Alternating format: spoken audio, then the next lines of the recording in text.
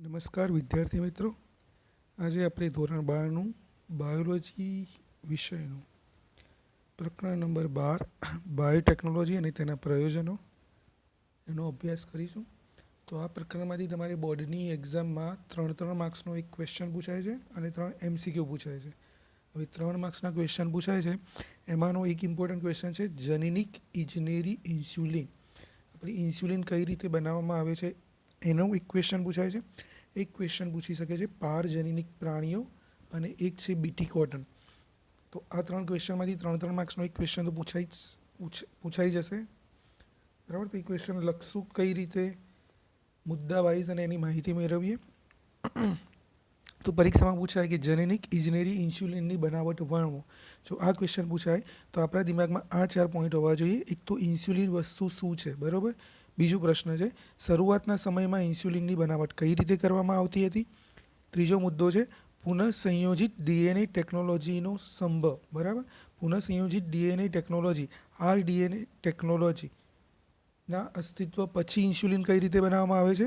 અને એલી લીલી કંપની દ્વારા બનાવવામાં ઇન્સ્યુલિનની બનાવટ. આ 4 પોઈન્ટ આપણે લખીશું એટલે 3માંથી 3 પૂરા માર્ક્સ આવી જાય છે, બરાબર. તો આપણે સૌથી પહેલાં જોઈએ ઇન્સ્યુલિન વસ્તુ શું છે. તો ઇન્સ્યુલિન શું છે? એક ટાઈપનું પ્રોટીન છે, અંતઃસ્ત્રાવ છે, બરાબર. આ અંતઃસ્ત્રાવ શું કરે છે? સુગરના ચયાપચયનું નિયંત્રણ. આપણે જે વધારાની સુગર ખાઈએ છીએ એ સુગરને કોષોમાં નાખી દે છે, બરાબર. એટલે રુધિરમાં શર્કરાનું પ્રમાણે જાળવી રાખે છે. બીજું, આ ઇન્સ્યુલિન કોણ બનાવે છે? તો સ્વાદુપિંડના બીટા કોષના સમૂહમાં ઇન્સ્યુલિન ઉત્પન્ન થાય છે, બરાબર. સ્વાદુપિંડના બીટા કોષોના સમૂહમાં ઇન્સ્યુલિન ઉત્પન્ન થાય છે. તો આપણને એવો સવાલ થાય કે આલ્ફા કોષોમાં કયું? તો આલ્ફા કોષોમાં ગ્લુકાગોન નામનો અંતઃસ્ત્રાવ ઉત્પન્ન થાય છે જે રુધિરમાં શર્કરાનું પ્રમાણ વધારે છે, જ્યારે ઇન્સ્યુલિન રુધિરમાં શર્કરાનું પ્રમાણ ઘટાડે છે. હવે મેં જેમ આગળ કીધું તેમ ઇન્સ્યુલિન છે શું? પ્રોટીન. તો પ્રોટીન શેના બનેલા હોય છે? અમીનો એસિડ્સના, બરાબર. પ્રોટીન શેના બનેલા હોય છે? એમિનો એસિડના. તો ઇન્સ્યુલિનના બંધારણમાં કેટલા એમિનો એસિડ હોય છે? 51 એમિનો એસિડ હોય છે, બરાબર. તો આ 51 અમાઇનો એસિડમાં ટોટલ 2 પોલીપેપ્ટાઇડ શૃંખલાઓ હોય છે, જેમાંથી એ શૃંખલામાં 21 અમાઇનો એસિડ અને બી શૃંખલામાં 30 અમાઇનો એસિડ હોય છે. આ ક્વેશ્ચન પરીક્ષામાં પૂછી શકે છે કે એ શૃંખલામાં કેટલા અમીનો એસિડ હોય છે? તો 21. બી શૃંખલામાં કેટલા હોય છે? તો 30 અમીનો એસિડ હોય છે. અને આ બંને જ પોલીપેપ્ટાઇડ શૃંખલાઓ એકબીજા સાથે કયા બંધથી જોડાયેલી હોય છે? ડાયસલ્ફાઇડ બંધ. કયો બંધ આવશે? ડાયસલ્ફાઇડ બંધ. તો પહેલો મુદ્દો બધાને ક્લિયર થયો હશે. ફરી એકવાર રિપીટ કરી નાખીએ. ઇન્સ્યુલિન, તો ઇન્સ્યુલિન એક અંતઃસ્ત્રાવ છે જે રુધિરમાં શર્કરાનું નિયંત્રણ કરે છે. તે સ્વાદુપિંડના બીટા કોષોના સમૂહમાં ઉત્પન્ન થાય છે. પ્રોટીન છે, 51 અમીનો એસિડનું બનેલું છે. આ ઇન્સ્યુલિનના બંધારણમાં 2 પોલીપેપ્ટાઇડ શૃંખલાઓ આવેલી છે. એ શૃંખલામાં 21 અમાઇનો એસિડ અને બી શૃંખલામાં 30 અમાઇનો એસિડ હોય છે. આ બંને પોલીપેપ્ટાઇડ શૃંખલાઓ એકબીજા સાથે ડાયસલ્ફાઇડ બંધથી જોડાયેલ હોય છે. ચલો, શરૂઆતના સમયમાં ઇન્સ્યુલિન કઈ રીતે બનાવવામાં આવતું હતું? જે ઢોર ઢાંખર હોય, મોટાભાગે ભૂંડના સ્વાદુપિંડમાંથી ઇન્સ્યુલિન એકઠું કરવામાં આવતું હતું. હવે ભૂંડના સ્વાદુપિંડમાંથી ઇન્સ્યુલિન એકઠું કરવામાં આવતું હતું. જ્યારે જે મનુષ્યને આપવામાં આવતું તો મનુષ્યમાં એલર્જી અને બીજી ઘણી પ્રકારની પ્રતિક્રિયાઓ થવા લાગી. એટલે મનુષ્યને બીજી એલર્જીઓ થવા લાગી હતી, જેના લીધે આ પ્રકારના ઇન્સ્યુલિનનો ઉપયોગ બંધ કરવામાં આવ્યો.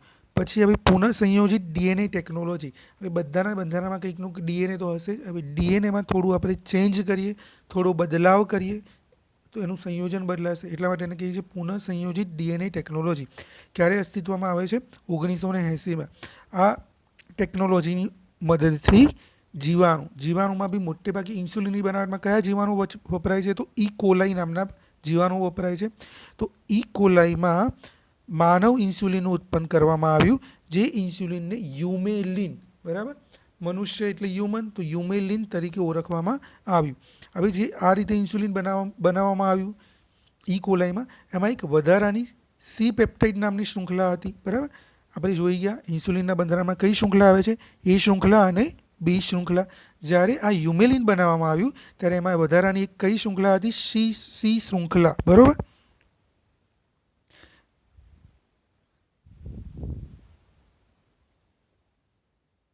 તો આ શ્રી શૃંખલા છે.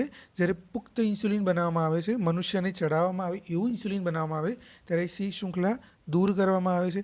હવે 1900 ને એંસીમાં કઈ ટેકનોલોજી અસ્તિત્વમાં આવી હતી? પુનઃ સંયોજિત ડીએનએ ટેકનોલોજી અથવા આરડીએનએ ટેકનોલોજી બી કહે છે. આરડીએનએ મતલબ રિકોમ્બિનન્ટ ડીએનએ ટેકનોલોજી. બરાબર. હવે 1983માં યુનાઇટેડ સ્ટેટ્સની કંપની આવે છે એલી લીલી. એ એલી લીલી દ્વારા માનવ ઇન્સ્યુલિન એ અને બી, બરાબર, આપણે જોઈ ગયા ઇન્સ્યુલિનની બંધારણમાં બે શૃંખલાઓ જોઈએ આપણને, એ અને બી. તો આ એલી લીલી કંપનીએ શું કર્યું? આ એ અને બે શૃંખલાઓ જે ઉત્પન્ન કરતી હતી એ એવું ડીએનએ બહાર કાઢે છે અને એ ડીએનએને શેમાં? પ્લાઝમિડમાં દાખલ કરાવે છે. પ્લાઝમિડ એક પ્રકારનું વ્હીકલ છે, સાધન છે, બરાબર, જે એક જગ્યાએથી બીજી જગ્યાએ ડીએનએના ટુકડાને, જનીનને લઈ જશે. તો એ શું કરે છે? એલી લીલી કંપની શૃંખલા એ અને બી માટેના જનીનોને પ્લાઝમિડમાં દાખલ કરી ઇકોલાઈમાં દાખલ કરાવશે. બરાબર. સૌથી પહેલાં પ્લાઝમિડ લે છે, પ્લાઝમિડમાં જનીન એ શૃંખલા માટેનું જનીન દાખલ કરાવશે, પછી એને ઇકોલાઈમાં દાખલ કરાવે છે. એવી જ રીતે બી શૃંખલા માટેનું જનીન દાખલ કરાવે છે, પછી પાછું એને ઇકોલાઈ નામના બેક્ટેરિયામાં દાખલ કરાવે છે. તો પ્લાઝમિડમાં દાખલ કરી ઇન્સ્યુલિનની શૃંખલાનું નિર્માણ કર્યું, મતલબ સંયુક્ત અલગ રીતે એ શૃંખલા બનાવી અને બી શૃંખલા બનાવે છે. પછી આ બંને શૃંખલાઓને જોડી દે છે અને માનવ ઇન્સ્યુલિનનું નિર્માણ કરે છે. જો અહીંયા પ્લાઝમિડ આપેલું છે. પ્લાઝમિડ મતલબ એક પ્રકારનું સાધન જે જનીનોને એક જગ્યાએથી બીજી જગ્યાએ એન્ટર કરાવવામાં, દાખલ કરાવવામાં વપરાય છે. તો પ્લાઝમિડ છે, પ્લાઝમિડમાં એ શૃંખલા માટેનું જનીન દાખલ કરાવે છે, પછી એને ઇકોલાઈ નામના બેક્ટેરિયામાં એન્ટર કરાવે છે અને આ ઇકોલાઈના બેક્ટેરિયા એ શૃંખલાનું નિર્માણ કરે છે. એવી જ રીતે આ બી, તો બી શૃંખલાનું નિર્માણ કરશે, પછી બંને ભેગા બંનેનું જોડાણ કરીને આપણને એ બી અને આ સી વધારાની શૃંખલા મળે છે. બરાબર. તો સી શૃંખલામાં 31 અમીનો એસિડ હોય છે. જો પરીક્ષામાં પૂછે તો, બુકમાં આપેલું નથી. એ શૃંખલામાં આપણે કીધું 21 અમાઇનો એસિડ, બી શૃંખલામાં 30 અમાઇનો એસિડ અને સી શૃંખલામાં 31 અમાઇનો એસિડ હોય છે. જ્યારે પુખ્ત ઇન્સ્યુલિન બનાવવામાં આવે છે ત્યારે આ અમીનો એસિડ દૂર કરી દેવામાં આવે છે. બરાબર. તો આ શેની આકૃતિ? માનવ ઇન્સ્યુલિન ઉત્પાદનની આકૃતિ હતી. બરાબર. તો હાલ આ રીતે જનનિક ઇજનેરી ઇન્સ્યુલિનનું નિર્માણ કરવામાં આવે છે. પરીક્ષામાં ક્વેશ્ચન પૂછાય 3 માર્ક્સનો, તો પૂરા 3 માર્ક્સ આવી જાય જો આપણે આટલા મુદ્દા લખ્યા હોય તો. એક તો ઇન્સ્યુલિન વસ્તુ શું છે, બરાબર, તેના 4 પોઈન્ટ છે. ઇન્સ્યુલિન શું છે, પછી શરૂઆતના સમયમાં કઈ રીતે બનાવવામાં આવતું હતું ઇન્સ્યુલિન? તો ભૂંડ જેવા પ્રાણીઓના સ્વાદુપિંડ કાઢીને બનાવવામાં આવતું હતું.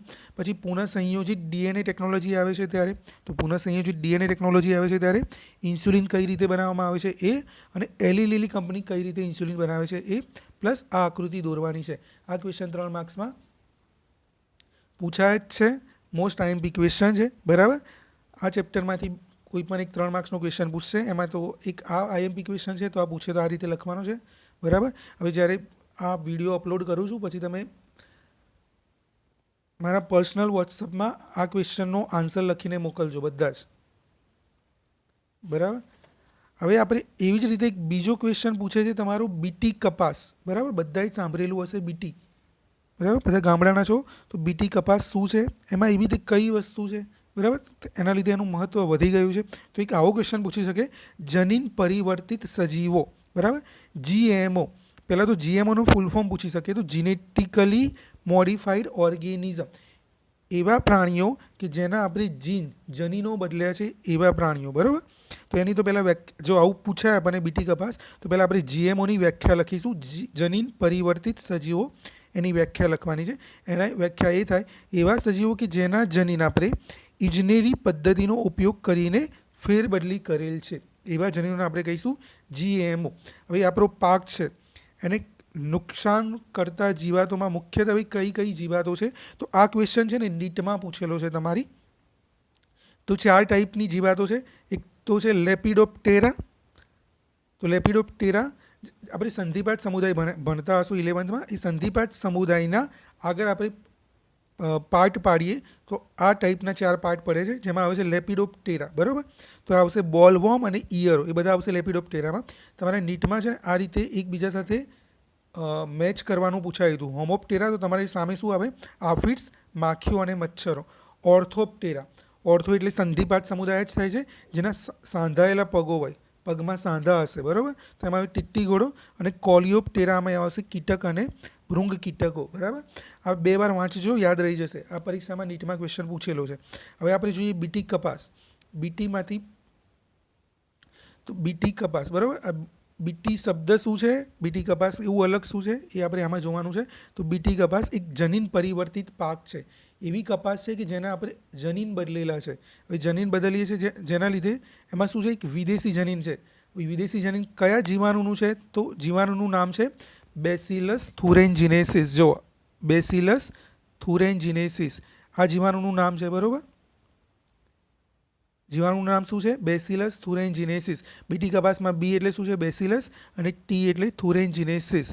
હવે બીટી કપાસ એક એવો પાક છે જેમાં આપણે બેસિલસ થુરેન્જીનેસિસ નામના જીવાણુનું જનીન નાખેલું છે, બરોબર. હવે જ્યારે પાકમાં આપણે આ જનીન નાખ્યું તો એ પાક શું છે, એક અલગ પ્રકારનું પ્રોટીન બનાવશે, બરાબર. તો આ જનીન ઝેરી પ્રોટીનનું ઉત્પાદન કરે છે. હવે આપણે કપાસમાં આ જનીન નાખી દીધું છે તો કપાસ એક પ્રોટીન બનાવશે, બરાબર. એ પ્રોટીન ઈયળોનો નાશ કરે છે. હવે કપાસ પોતે જ એવું પ્રોટીન બનાવે છે જે ઈયળોનો નાશ કરે છે, તો બહારથી જંતુનાશક દવા નાખવાની રહેતી નથી બીટી કપાસમાં, બરાબર. તો આ પ્રોટીન છે એ નિષ્ક્રિય સ્વરૂપે ઉત્પન્ન થશે. કપાસનો પાક છે એક નિષ્ક્રિય વિષકારી પ્રોટીન બનાવે છે. જ્યારે આ પ્રોટીન કીટકોના શરીરમાં પ્રવેશશે, જ્યારે ઈયળો એને ખાશે, ત્યારે કીટકોના પાચન માર્ગની આલ્કલી પીએચને કારણે આ પ્રોટીન સક્રિય બને છે. હવે આપણે મનુષ્યની વાત કરીએ તો મનુષ્યના જઠરની પીએચ કેવી હોય છે, એસિડિક હોય છે. એવી રીતે મોટાભાગના પ્રાણીઓના જઠરની પીએચ એસિડિક હોય છે, પરંતુ સદભાગી આ બધી કીટકો છે, લેપિડોપ્ટેરા, કોલિયોપ્ટેરા, ઓર્થોપ્ટેરા અને હોમોપ્ટેરા, એના જઠરની પીએચ કેવી છે, આલ્કલી છે.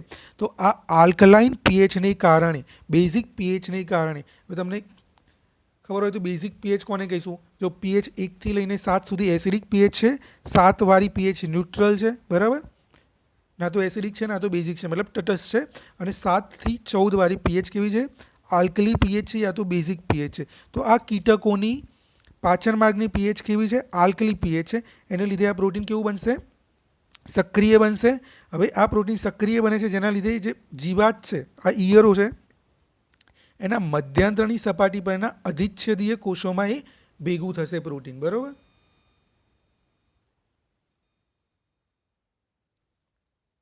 હવે અધિચ્છદીય પેશીઓમાં પ્રોટીન ભેગું થશે એટલે એમાં એક કાણા પાડે છે, છિદ્રો પાડે છે, મધ્યાંતરની સપાટીમાં છિદ્રો પાડે છે. આ મધ્યાંતરને આપણે મનુષ્ય શરીરના આંતરડા જોડે કમ્પેર કરી શકીએ, બરાબર. તમે અરસિયાનું આખું પાચન માર્ગ ભણતા હશો, એમાં મધ્યાંત્ર, શેષાંત્ર એવા બધા શબ્દો આવેલા છે.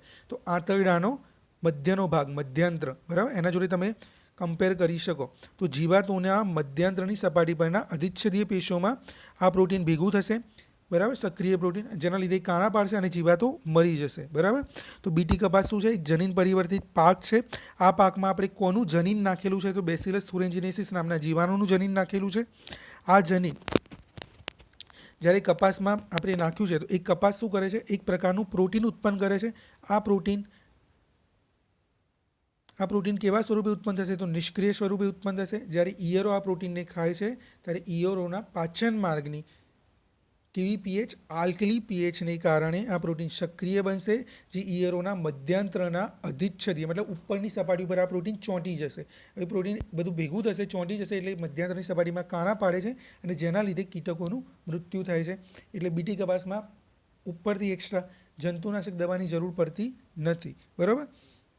એવી જ રીતે પરીક્ષામાં એક ક્વેશ્ચન પૂછી શકે, બીટી કઈ કઈ જાતો માર્કેટમાં અત્યારે હાજર છે, તો બીટી કપાસ છે એક, તો બીટી બટાટા છે, બીટી સોયાબીન, બીટી મકાઈ, બીટી રીંગણા, બીટી ચોખા અને બીટી ટામેટા. પરીક્ષામાં એવું બી પૂછી શકે કે નીચેનામાંથી બીટી કયા પાકની બીટી અવેલેબલ નથી, બરાબર. તો આ બી યાદ રાખી લેજો, બીટી કપાસ, બીટી બટાટા, બીટી સોયાબીન, બીટી મકાઈ, બીટી રીંગણા, બીટી ચોખા અને બીટી ટામેટા. અહીંયા આપણે 2 મોસ્ટ ઇમ્પોર્ટન્ટ આઈએમપી ક્વેશ્ચન ભણી ગયા છીએ. હવે એક આ બી છે, આ તમારી એનસીઈઆરટીની બુકમાં છે, આ બી ઇમ્પોર્ટન્ટ છે કે આ જે પ્રોટીન આપણે બેસિલસ થુરેન્જીનેસિસ નામના જીવાણુનું પ્રોટીન પાકમાં નાખીએ છીએ તો એના જનીનો કયા છે, તો એના જનીનોનું નામ શું છે, તો ક્રાય, બરાબર. જનીનનું નામ શું છે, ક્રાય. અને આ ક્રાય જનીન જે આપણે હમણાં જોઈ ગયા ને, પ્રોટીન ઉત્પન્ન કરે છે નિષ્ક્રિય સ્વરૂપે, એ પ્રોટીનને આપણે કયું પ્રોટીન કહીશું, ક્રાય પ્રોટીન, બરાબર. હવે પર્ટિક્યુલર આપણે જોઈએ કે કપાસમાં જે બોલ વોર્મ છે, વોર્મ મતલબ કીડા, અરસિયા ટાઈપના કીડા, બરાબર. બોલ એનો શેપ થોડો ગોળાકાર છે એટલે બોલ વોર્મ કહીએ છીએ. તો એને નાશ કરવા માટેના જનીન કયા છે, તો ક્રાય, આ રોમન લેટર 1 છે, AC, અને ક્રાય 2AB આ જનીનો છે એ કપાસના બોલ વોર્મનો નાશ કરે છે. આ બી ઇમ્પોર્ટન્ટ છે, નીટની પરીક્ષામાં પૂછેલા ક્વેશ્ચન છે. તો ક્રાય 1AC અને ક્રાય 1AB એ કપાસના બોલ વોર્મનો નાશ કરે છે. અને ક્રાય 1AB એ કોર્ન બોરર, કોર્ન એટલે મકાઈ, બોરર એટલે ખોદવું, તો મકાઈમાં જે છિદ્રો પાડતી જીવાત છે ને એના નાશ કરવા માટેનું જનીન કયું છે? Cry 1AB. હવે GMO તમારી પરીક્ષામાં પૂછાય તો તમારે આટલી આ રીતે ક્વેશ્ચનનો આન્સર લખવાનો છે આખી રીતે, બરાબર. તમે સ્ક્રીનશોટ લઈ લેજો અને આ મને હોમવર્કમાં 2 વાર લખીને મારા પર્સનલ નંબર ઉપર વોટ્સઅપ કરો છો, બરાબર. આનો સ્ક્રીનશોટ લઈ લેજો. એવી જ રીતે આખું આ છે આપણું જનીન, ઇજનેરી, ઇન્સ્યુલિન, આ જ રીતે મુદ્દા વાઇઝ લખવાનું છે તો પરીક્ષામાં પૂરેપૂરા માર્ક્સ આવે. સ્ક્રીનશોટ લઈ લેજો. આ ક્વેશ્ચનનો આન્સર બી મને પર્સનલ વોટ્સઅપમાં મોકલો છો તમે, બરાબર. તો અહીંયા આપણે 2 મોસ્ટ ઇમ્પોર્ટન્ટ ક્વેશ્ચન ભણ્યા છીએ. એવી રીતે એક નાનો ક્વેશ્ચનનો આન્સર આપણે જોઈ લઈએ. હા ચલો. આણ્વીય નિદાન. હવે કોઈ રોગ થયા હોય, બરાબર, તો આ બાયોટેકનોલોજી અસ્તિત્વમાં આવી. બાયોટેકનોલોજી મતલબ જૈવ તકનીકી. હવે માઇક્રો ઓર્ગેનિઝમ, બધા જીવાણુઓ ને બધાનો ઉપયોગ કરીને મનુષ્યને હેલ્પ થાય એવી બધી ટેકનોલોજીઓ બનાવી, એને કહેવાય બાયોટેકનોલોજી. તો આણ્વીય નિદાન એક પોઈન્ટ છે. એમાં ટોટલ 4 ટેકનિક આપેલી છે. એક તો રિકોમ્બિનન્ટ ડીએનએ ટેકનોલોજી, આપણે ઇન્સ્યુલિનનું નિર્માણ જોયું. એક છે પોલિમરેઝ ચેઇન રિએક્શન, PCR, બરાબર. PCRનું ફૂલ ફોર્મ પૂછી શકે. પોલિમરેઝ ચેઇન રિએક્શન એ શું કરે છે? ન્યુક્લિયોટાઇડનું પ્રવર્ધન. ન્યુક્લિયોટાઇડ મતલબ ન્યુક્લિક એસિડનું પ્રવર્ધન. ન્યુક્લિક એસિડ એટલે DNA અને RNA. આપણને કોઈ જગ્યાએથી એક નાનું DNA મળે છે, બરાબર, જેનો આગળ બહુ જ બધી આપણે પ્રોસેસ કરવી છે, ઉપયોગ કરવો છે. તો એની અમાઉન્ટ વધારી આપશે કોણ? PCR ઇન્સ્ટ્રુમેન્ટનું નામ છે પોલિમરેઝ ચેઇન રિએક્શન. એવી જ રીતે એક બીજી ટેકનિક છે, એનું ફૂલ ફોર્મ પૂછી શકે, અલાઇઝા, બરાબર. અલાઇઝા, તો અલાઇઝાનું ફૂલ ફોર્મ પૂછી શકે. E એટલે એન્ઝાઇમ, L એટલે લિંક, I એટલે ઇમ્યુનો, S સોર્બન્ટ, SA અલાઇઝા. હવે અલાઇઝા ટેકનિક છે, એનો ઉપયોગ શું કરવા થાય છે? તો એઇડ્સ રોગ થયો હોય, એઇડ્સ રોગ માટેના રિસ્પોન્સિબલ વિષાણુ કયા છે? HIV. તો HIVની શોધ માટે આ અલાઇઝા ટેકનિકનો ઉપયોગ થાય છે. અને બીજો એક છે ઓટો રેડિયોગ્રાફી, બરાબર. ઓટો મતલબ સેલ્ફ, જાતે. રેડિયો એટલે રેડિયો એક્ટિવ કિરણોનું ઉત્સર્જન કરવું, બરાબર. તો DNA છે, DNAના કોઈ ટુકડા ઉપર રેડિયો એક્ટિવ પદાર્થ આપણે ચોંટાડી દઈશું, એના લીધે એક રેડિયો એક્ટિવ વિકિરણનું ઉત્સર્જન કરશે અને એની આપણે ફિલ્ડ બનાવીને એને આપણે ઓબ્ઝર્વ કરીશું. તો આ આણ્વીય નિદાન છે. તો આજે આપણે ટોટલ 3 ક્વેશ્ચન જોયા છે. એક ક્વેશ્ચન છે જનીનિક, ઇજનેરી, ઇન્સ્યુલિન, એક છે બીટી કોટન અને એક આપણે જોયું આણ્વીય નિદાન. આ તમારે 12th ચેપ્ટરના ક્વેશ્ચન છે. તમે મને 2 ક્વેશ્ચન છે, જનીન, ઇજનેરી, ઇન્સ્યુલિન અને બીટી કોટન, બંને ક્વેશ્ચનના આન્સર આ રીતે જે મેં રીતે બતાવ્યા એ રીતે 2 વાર લખીને મારા પર્સનલ વોટ્સઅપ પર મોકલો છો. ચલો, બાકીનું ચેપ્ટર આપણે નેક્સ્ટ લેક્ચરમાં ફિનિશ કરીશું. અને જ્યારે ફિનિશ ચેપ્ટર થાય છે તો એના નેક્સ્ટ ડે આપણે આ ચેપ્ટરની ટેસ્ટ રાખીશું.